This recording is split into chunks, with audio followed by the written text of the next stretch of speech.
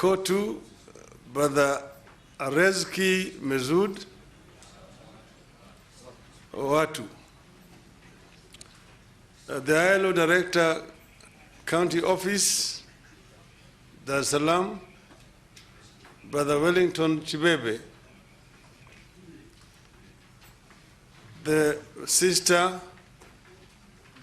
Jacqueline Mugo, the Executive Director of Federation of Kenya Employers, distinguished delegates, the trade union leaders and presidents, and our investor guests, ladies and gentlemen, good morning. Good morning. Bonjour. It is a great pleasure for me and an honor to join you at this important conference, where you focus on advancing social justice, promoting decent work, and evaluating the role of trade unions in general. It is Friedrich Engels who said, "The workers of the world, unite.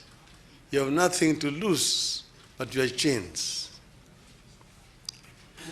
As you are aware, Kenya has a history with the labor movement, both in Africa and globally.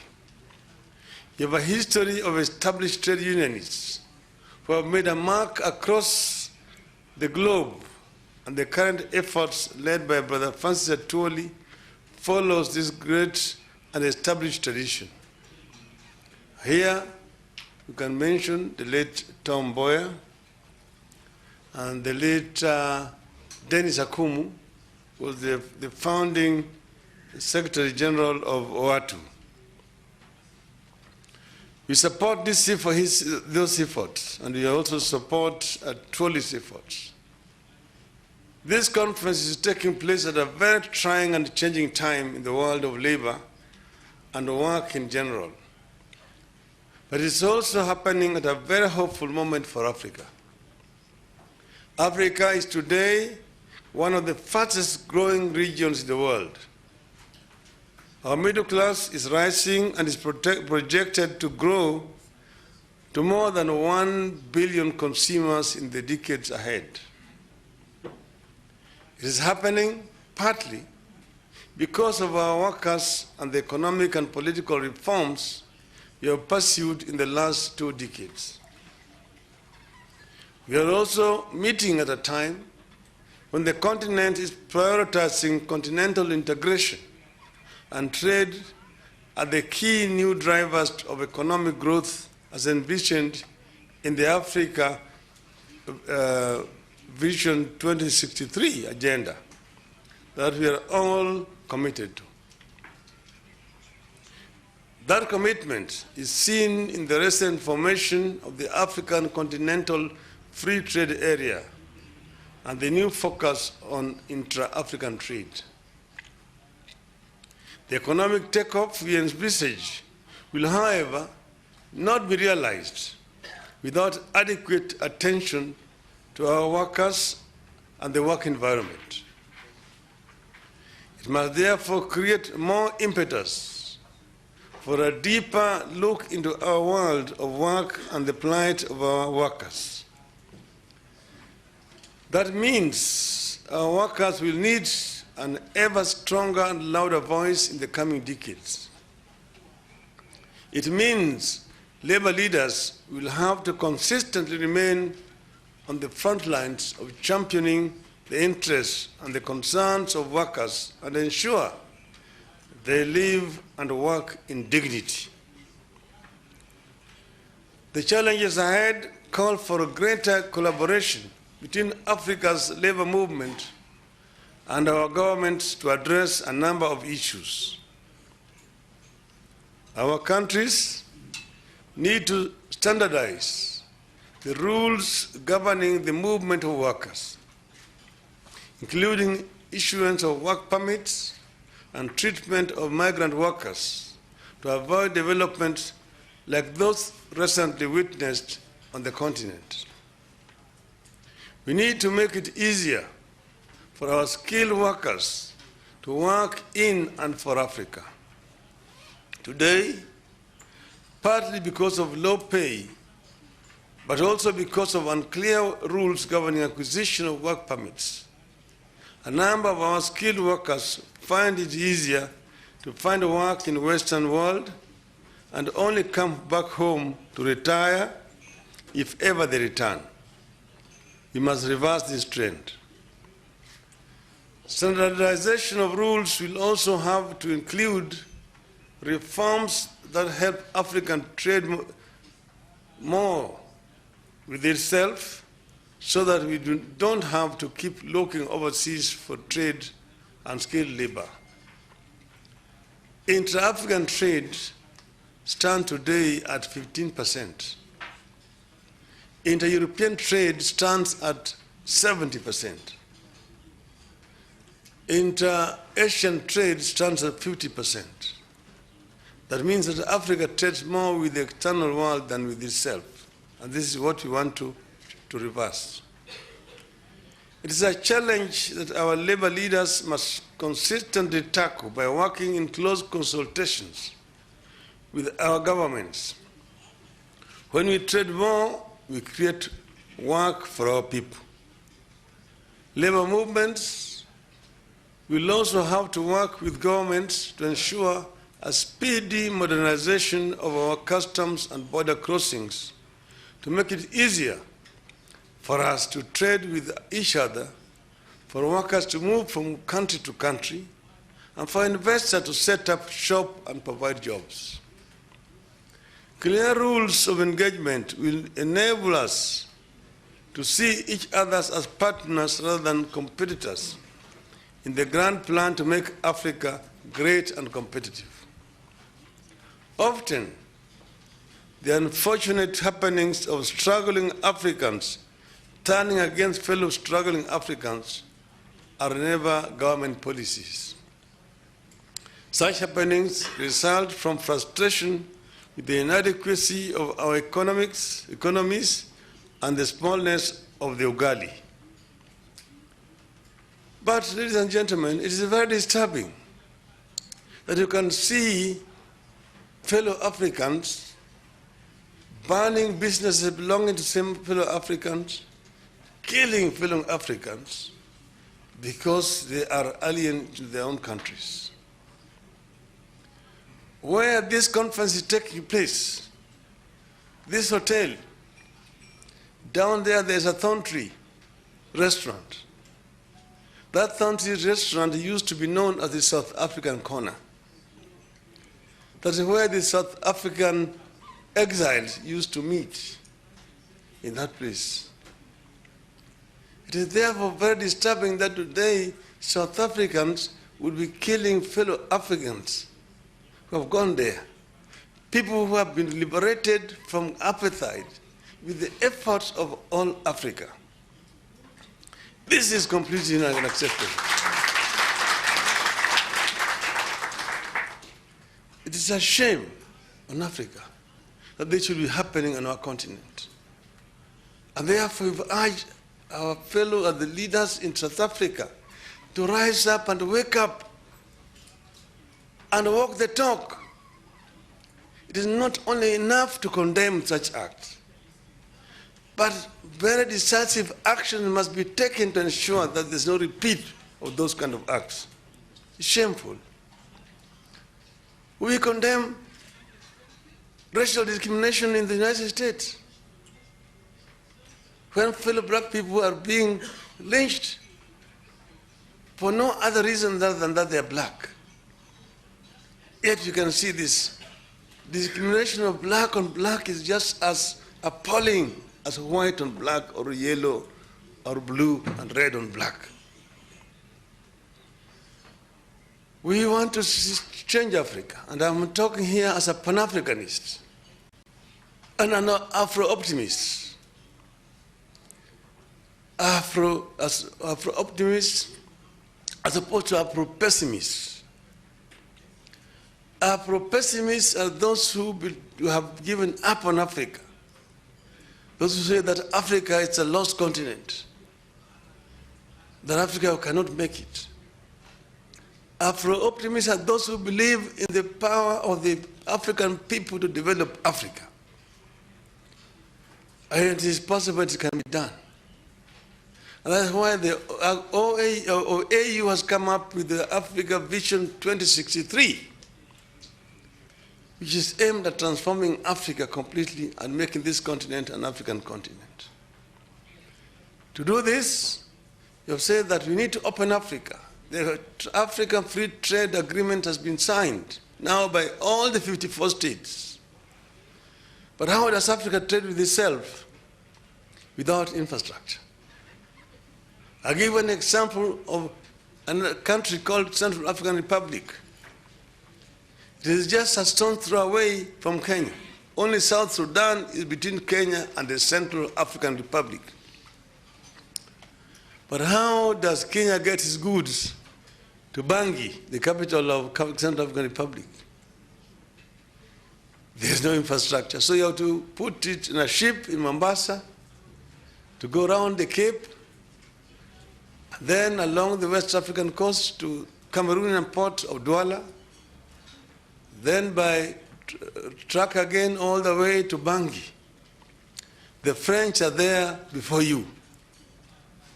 And that's why in Bangui, they drink Kenyan coffee, they drink Kenyan tea, christened as English breakfast tea.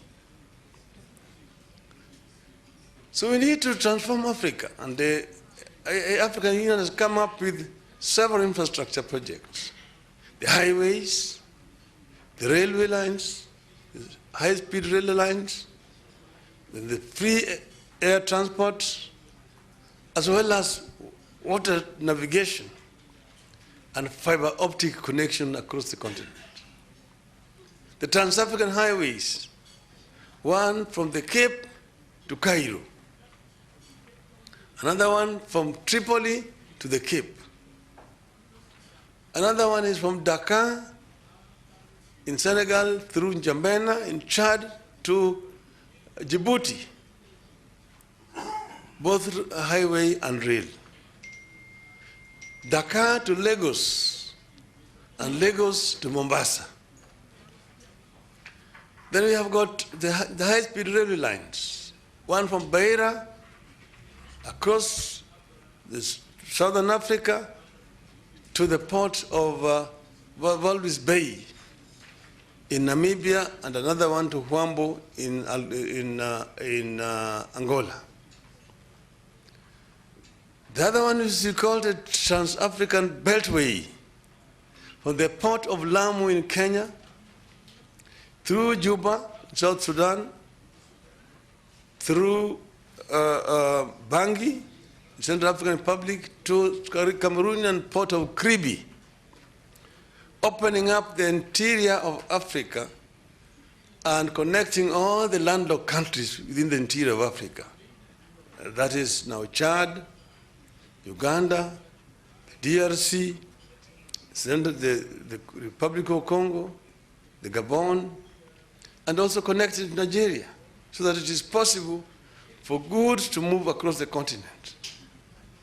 So that the goods coming from the East, from China, from Japan, from India, from Singapore, it will come to the port of Lamu. And then from Lamu, you transport them by rail across the continent, dropping them as you move across. The goods coming from the West, from the Americas, from Europe, will go to the port in Douala, and then will be brought across this way. This way will open up the interior of Africa to trade. Then there's also a plan, there's also a railway line that moves along the capital cities on the West African coast, from Lagos all the way up to Cairo. Then we have also fiber optic network that will be connecting also African countries to make it easier also for ICT communication. Then we have got the open airspace. And that's what we call the Yamoussoukro Declaration, which we want to be implemented. It makes it easier for air transport in the continent. As we stand today, there's a lot of impediments in air transport in the country. You need to get clearances from all the air control services across the continent if you want to travel.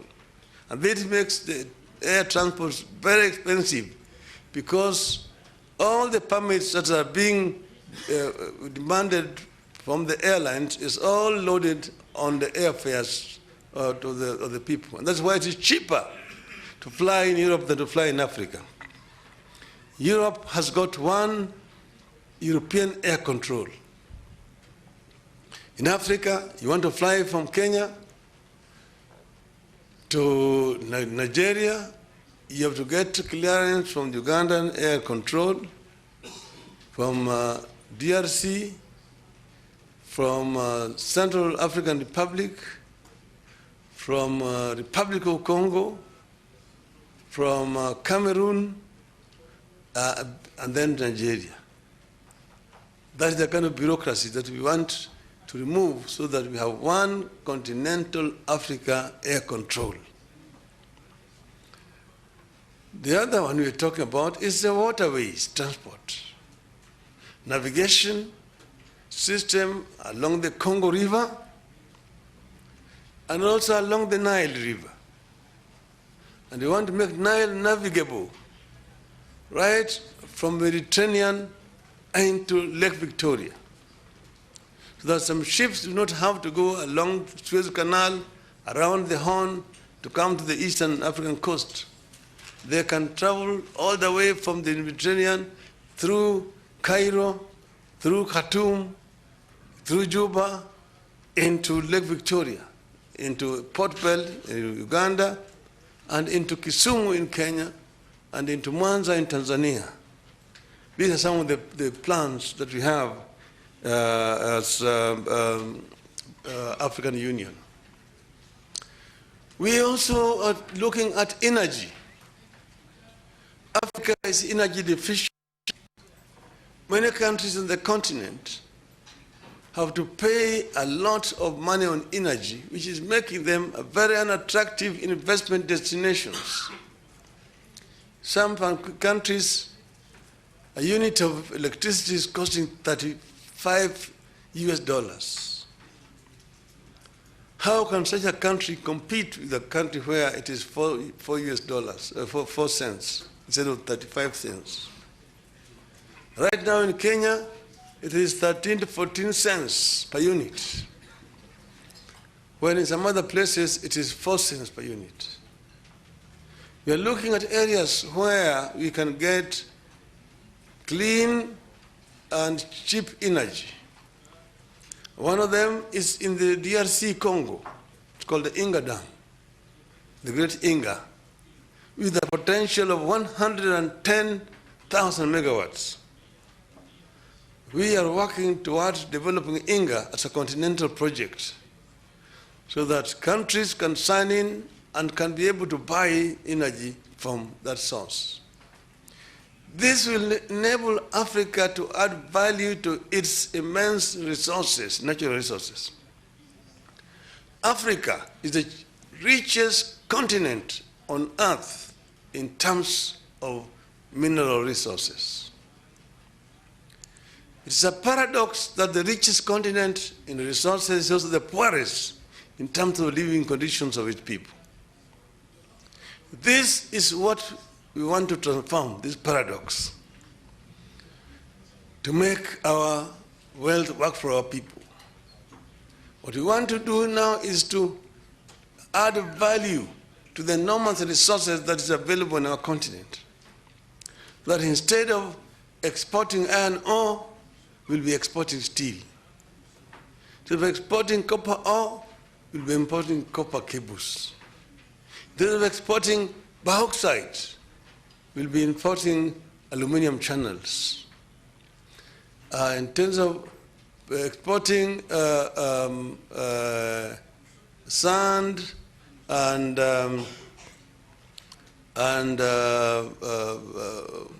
calcium and so on, will be exporting glass.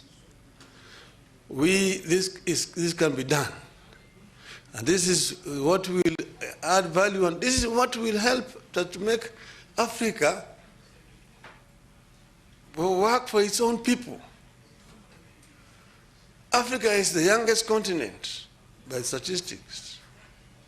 70% of the African population is below the age of 35. Europe and Asia are now aging societies. Now, the youth can be a blessing or a curse, depending on how you use it. If the youth are not empowered, if they're not given, trained properly, given skills, they'll become delinquents, drug addicts, criminals, and a drag on society. But if they're properly trained and empowered with proper skills, like they've done in China and India, then they become a force for social transformation, for wealth creation. And this is another thing that we must do in our country. China has become one of the most attractive investment destinations when they liberalized, because there was a highly skilled labor force and cheap, which the industrial Europe was requiring. So today you go to China, you'll find Mercedes there. You'll find BMW there. You'll find Ford. You'll find Volkswagen. You'll find Peugeot. You'll find Toyota.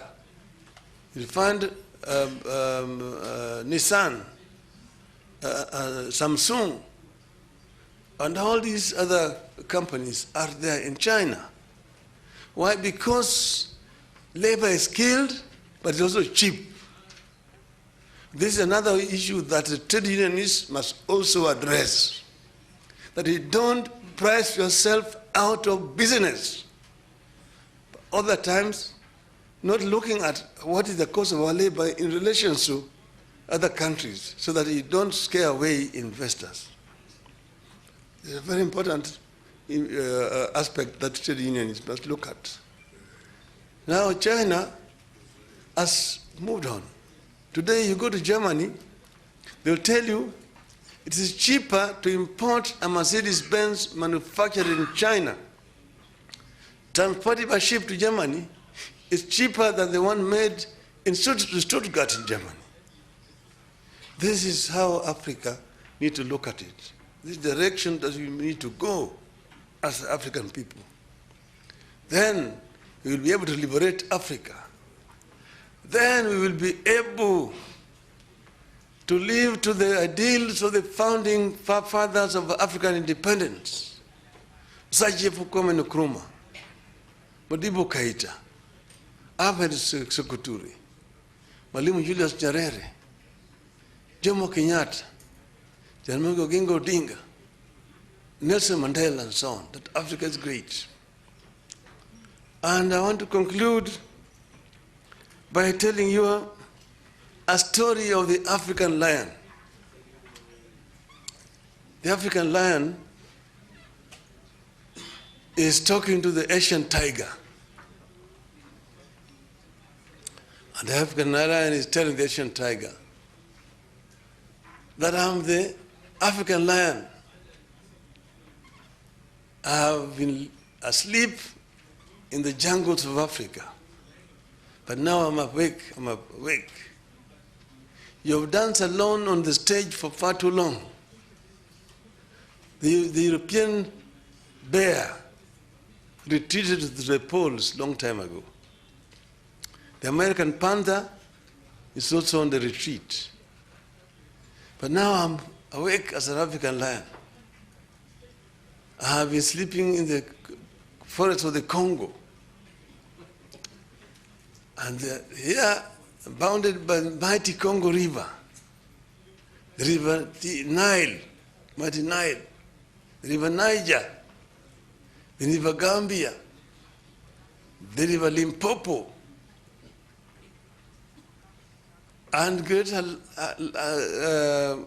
mountains, the Atlas Mountains to the northwest, Mount Kilimanjaro to the east, and I'm sitting on the African oil,